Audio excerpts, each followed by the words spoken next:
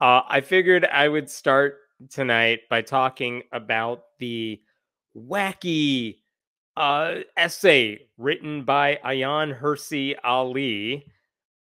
This is what she posted on a right wing website called Unheard.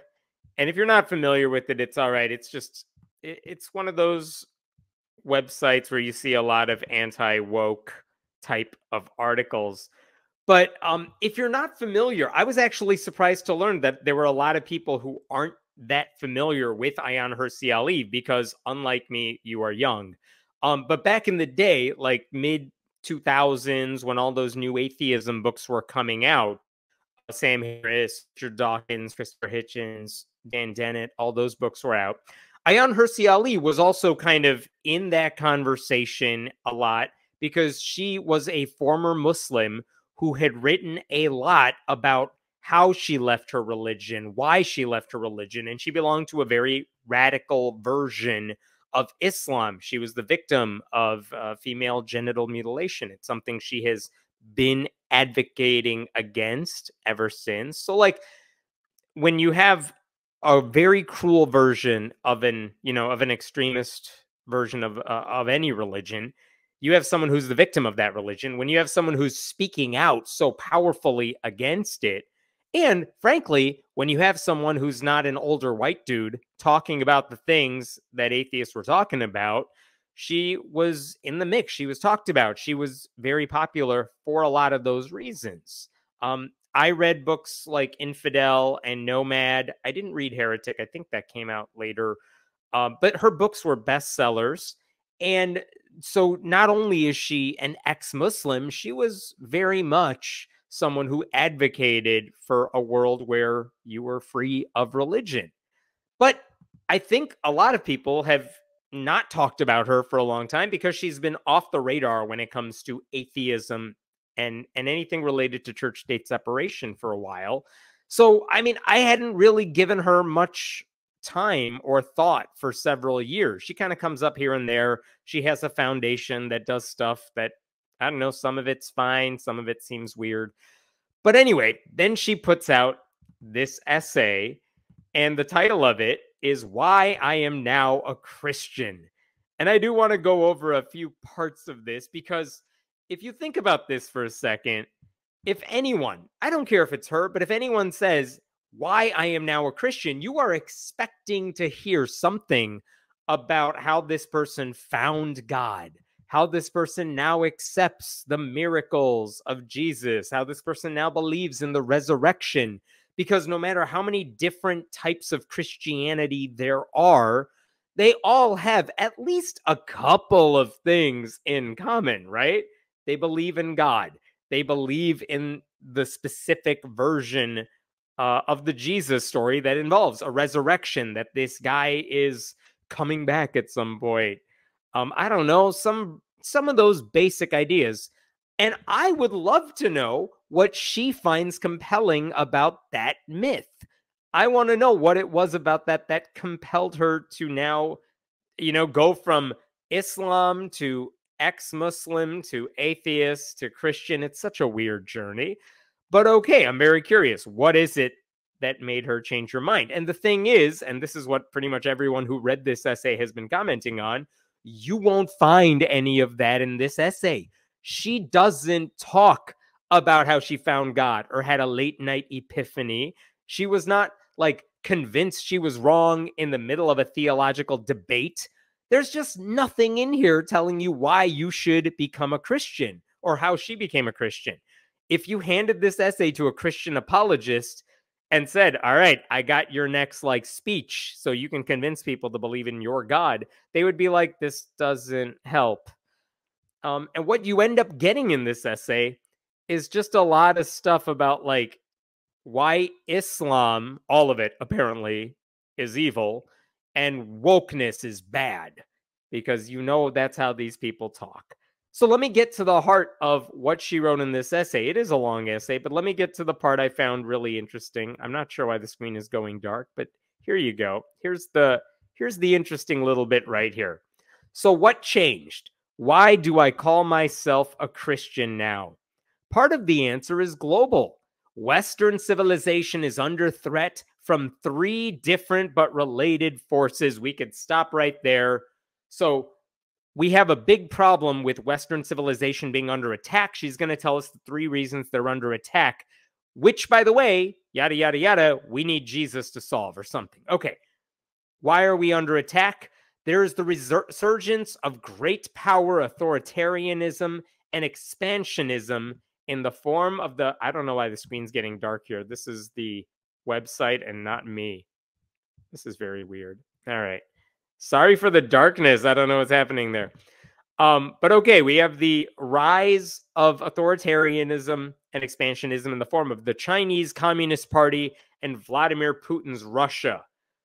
Okay, yes, those are threats to the United States, but I'm not sure what that has to do with Christianity. Okay, what's the second threat?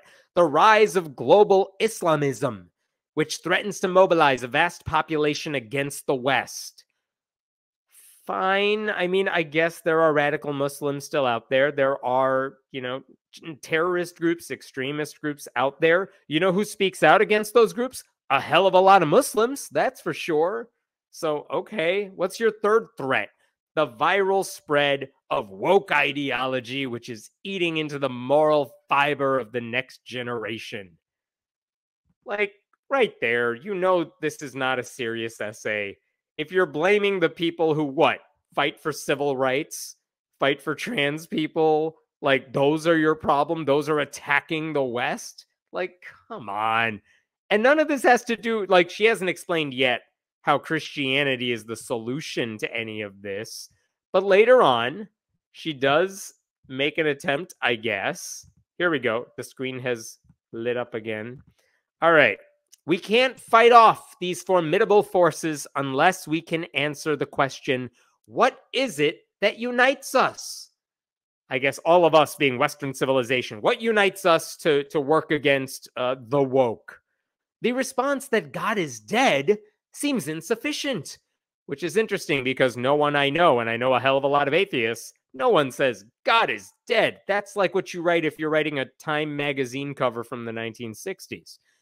That's what you say if you're Kevin Sorbo acting in a God's Not Dead movie. No one else says it, though.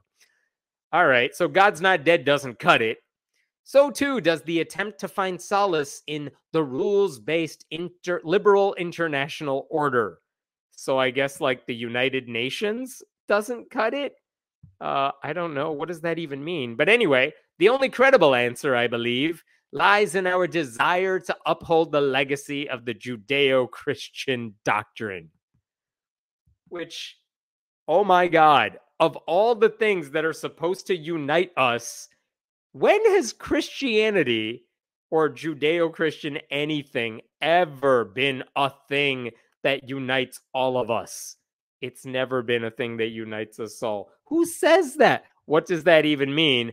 And also, let's say you thought Judeo-Christianity was somehow true, which it's not. Even if you thought it united us, what does that have to do with I'm now a Christian? Why would that make you believe in the supernatural and miracles and Jesus coming back to life after he was dead for days? Like, those two things do not match up. It doesn't make any sense. Ayaan Hirsi Ali goes on to write here, I have come to realize that Russell, Bertrand Russell, the philosopher, and my atheist friends fail to see the wood for the trees, which is not how that line goes, but okay. The wood is the civilization built on the Judeo-Christian tradition. I don't know. Apparently, without Jesus, our society would not function. Without the Judeo-Christian tradition, we would not have the society we have, which again is weird because there are plenty of countries in the Western world who are not Christian. It's not a Christian majority. Most people are either atheistic or non-theistic, or they don't think about religion. They're also fighting some of the same existential threats in the world.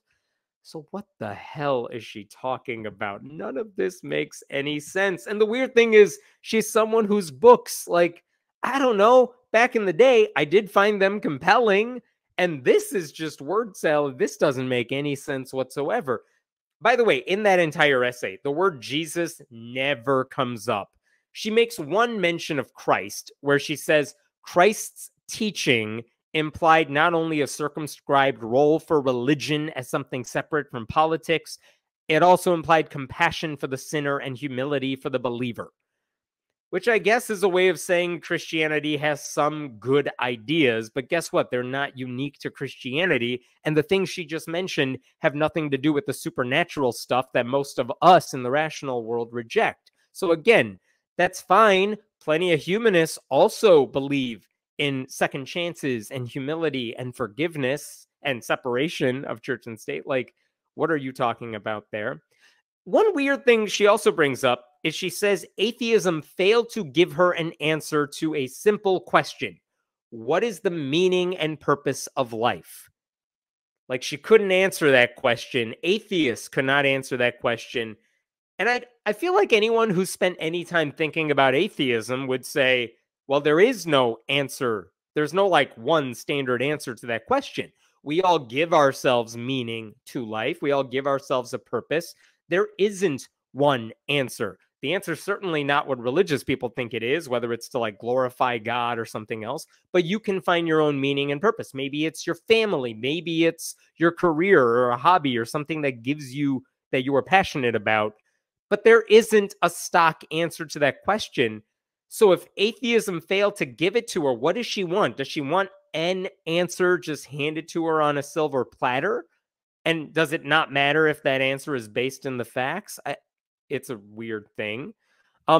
If you're wondering, well, now that she is a Christian, what is the meaning and purpose of life? How would she answer that question?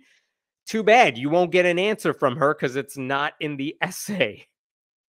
So you have an essay that's just like, I have changed my mind for rational reasons. I'm going to lay out the beginning of my thought process and then never finish the thought and then just drop the mic for no reason whatsoever.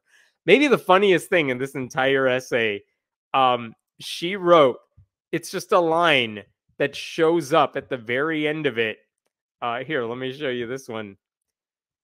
The lessons I learned from my years with the Muslim Brotherhood was the power of a unifying story embedded in the foundational texts of Islam to attract, engage, and mobilize the Muslim masses.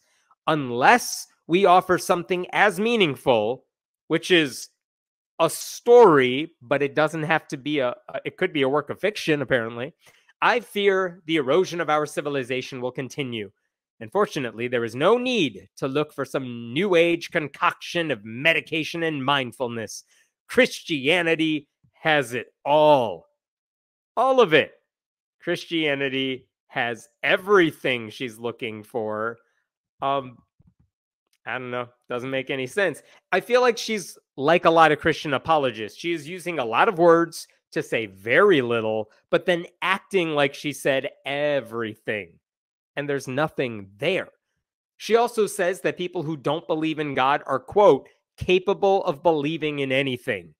Like, we're the gullible ones. Like, those of us who live in reality are more susceptible to conspiracy theories than people who believe in the supernatural.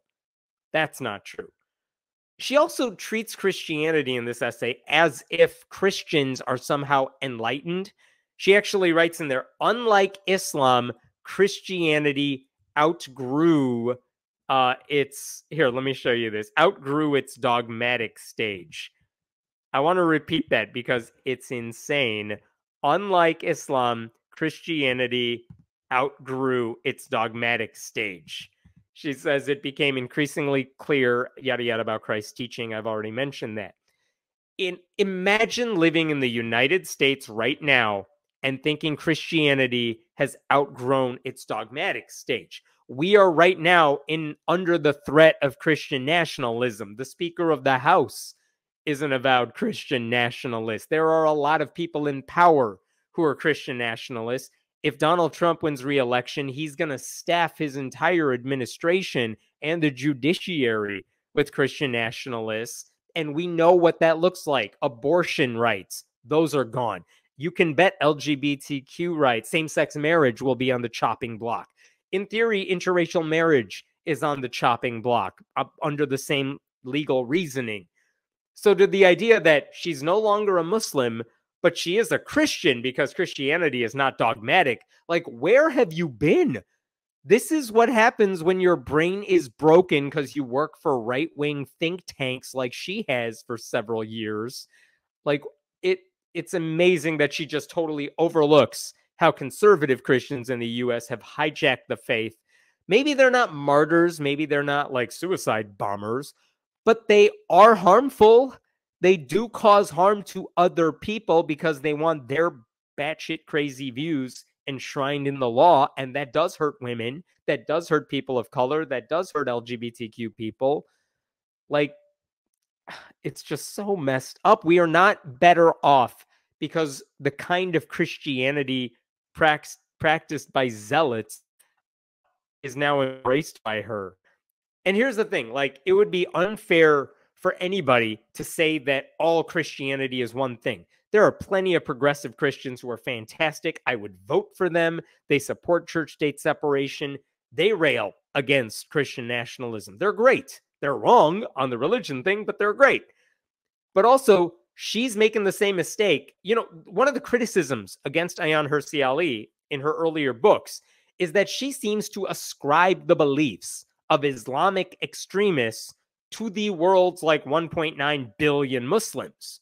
And that's unfair because plenty of Muslims have different takes on the theology there. They don't all believe the same stuff. And now she's equating like Christianity as if Christianity is one thing. And she's saying all of that is good. And it's like, no, there are plenty of Christians who are bad. There are plenty who are good. It's religion. It's malleable. You can make it whatever you want to make it. But she's making the same mistake, which is she's painting an entire group of people with a broad brush, and it's still irresponsible and it's still thoughtless. She actually did this in her most recent book called Pray. I read a review. I did not read the book, but I read a review of the book that said she finds stories of individual Muslim immigrants who commit heinous crimes, and by suggesting those stories are broadly representative, uses them to justify curtailing the opportunities afforded to the whole group. Like, that seems pretty damning right there. Like, she's callously written about people whom she disagrees with. That's kind of a hallmark of her whole public image. And now she just seems to expect everyone to nod our heads in agreement as she explains her new religion.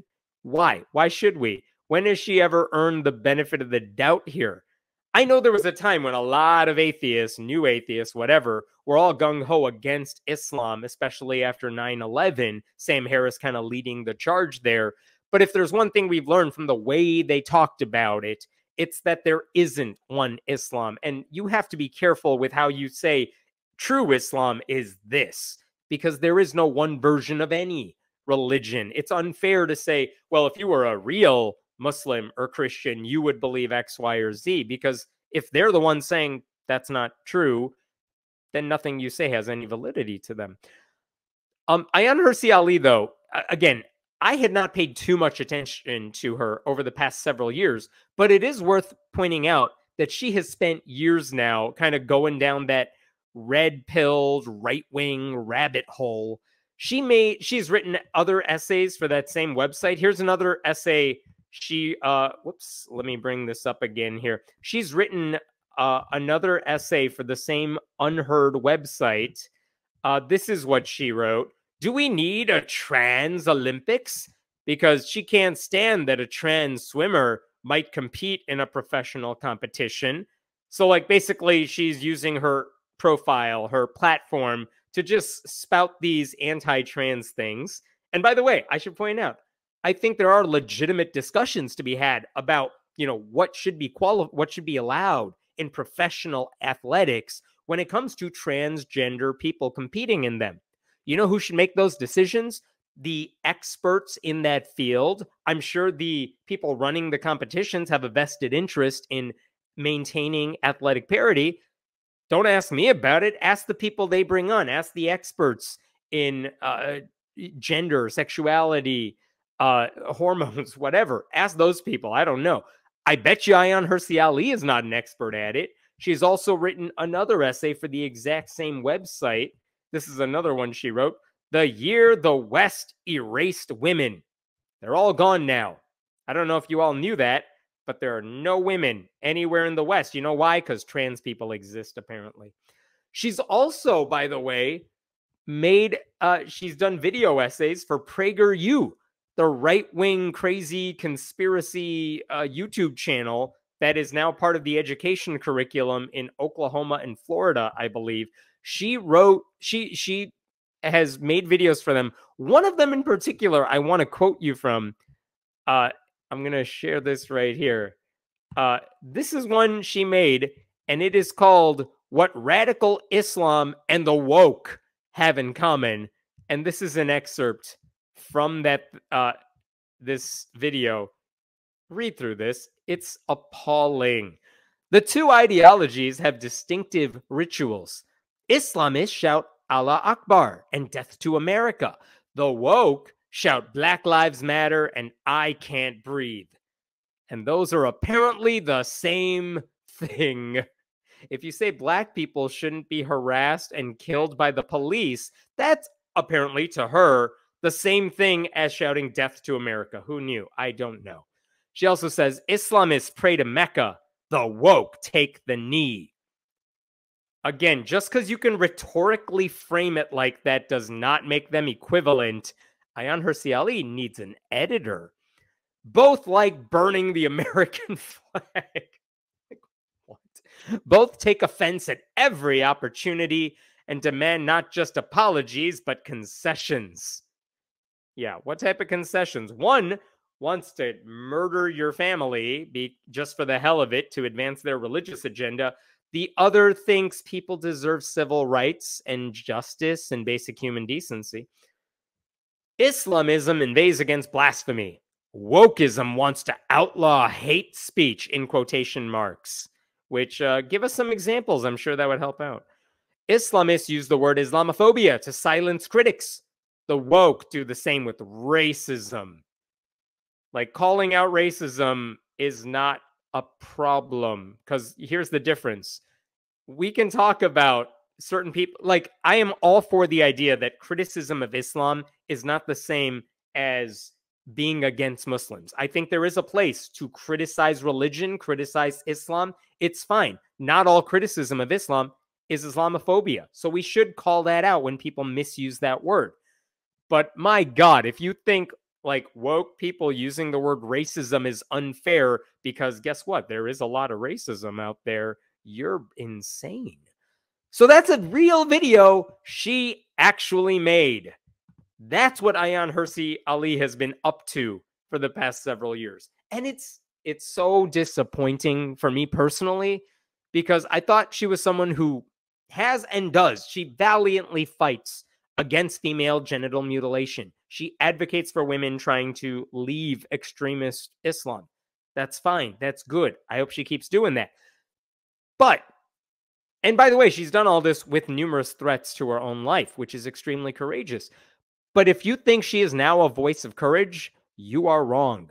She's just another right-wing outrage propagandist acting like the people fighting against oppression are no different from the extremists who perpetuate it. She has spoken about this with Tucker Carlson, who is another propagandist.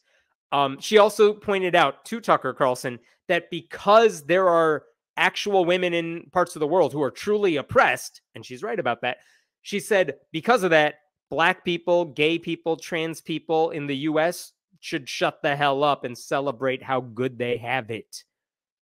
Which, just because people in other parts of the world are actually suffering discrimination and misogyny doesn't mean everything's perfect over here and people who are oppressed and discriminated against just shut up about it. It's a very Richard Dawkins, Dear Muslima vibe to it all. Like, apparently no one's allowed to complain about anything because other people in other parts of the world have it worse. Like, you can do both things at once. You can complain about injustice there. You can complain about injustice over here. I think the wild thing about this whole essay, she did not convert because of Christ. She converted because of the culture wars. She just thinks conservative Christianity, I guess, is a better tool to use to fight Islam. And like, who hates Islam? ex-Muslims really don't like Islam, and conservative Christians really don't like Islam. And conservative Christians don't know a lot about Islam, but they also don't like brown people, and those two things kind of go hand in hand. She found a common ally because they have a shared enemy. But she didn't convert to Christianity because anything is true about Christianity. One tweet put it well. Quote, they're pretending to be her, and they said, I am unable to justify my right-wing positions without also affirming a religion, and this one is far nicer than my old one. I think that's a good just summary of it. And you know what? Christians can have her. I'm done with her. I should have been done with her a long time ago. I think she contrarian so damn hard she made it all the way back to the other side. And I have heard, by the way, last thing I'll say about this, I have seen some people say she did this for money. Like, there's probably something in this for her. It's a lucrative thing to say you will just suddenly become Christian. I don't necessarily buy that. However, she's written a lot of memoirs. And I think if her well of personal anecdotes has dried up by now, this conversion gives her something new to talk about and write about. And it's different. So, like, you don't have to go to her to talk about Islam anymore. You could talk to her about Jesus, and that opens the door to a lot more people who might want to chat with her about it or write a book about it. I don't know. It's sad. It's disappointing. Honestly, given the path she's been going down for several years, probably longer. She worked with the right-wing think tank back when she was writing her first books. But given that path, this should not surprise anyone. It's disappointing, but it's not surprising.